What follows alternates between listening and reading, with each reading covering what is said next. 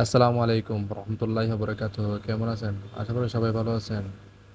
দেখেন, আপনারা আগে বইসেল সম্পর্কে তথ্যগুলো জানার চেষ্টা করবেন। আমি শুধুমাত্র বইসেল তথ্যগুলো আপলোড করি, ঠিক আছে? এটা সবাই জানার জন্য আমি আপলোড করি। আর আমি এমনভাবে লিখেছি যেন বাংলা ভাষায় সবার জন্য সহজ হয়। এটা একটা নির্ভুল বিবাদ মানে ডকুমেন্ট সহ আকারে আপনাদেরকে আপলোড করার চেষ্টা করি। তো এই ক্ষেত্রে আবার আমাকে অনেকে দায়ী করেন, ভাই আমি তো আবেদন করেছি, আমার ইন্টারভিউ ডাক হয় নাই কেন? বা আমার ইন্টারভিউ ডাক হয়েছে, পরবর্তী সিটে আসে নাই কেন? ভাই সেটা হচ্ছে আপনার ব্যক্তিগত দোষ।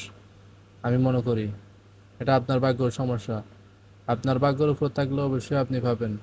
এখানে বারবার বলা হচ্ছে যে কি সমস্ত ডকুমেন্টে 110 টাকা দিয়ে আবেদন করা মানে যে আপনার ভিসা হয়ে গেছে, আপনার ইন্টারভিউ হয়ে গেছে, তা কিন্তু না। আমি স্পষ্টভাবে লিখে দিছি এবং ডকুমেন্ট আকারে সব কিছু ডকুমেন্ট দিয়ে দিছি। তো এই ক্ষেত্রে আপনারা কেন আমাকে বারবার দোষারোপ করেন? আমি তো ভাই আপনাদের কারো কাছে মিষ্টি মিষ্টি কথা বলে তো কোনো কারো কাছ থেকে কোনো কিছু নিই না। আমি যে এগুলো আপলোড করি তথ্য আদান প্রদান করি, আপনারা কি আমাকে বেতন দিয়ে রাখছেন?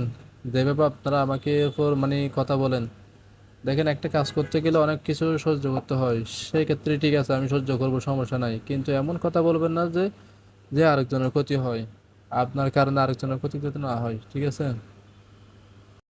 প্রত্যেকটা সিস্টেমে লটারির মাধ্যমে একটা কোম্পানি যদি লোক নেয় 20 জন, সেই ক্ষেত্রে সারা বাংলাদেশ থেকে যদি সবাই আবেদন করে তাহলে সবাইকে তো আর সুযোগ দেওয়া সম্ভব নয়।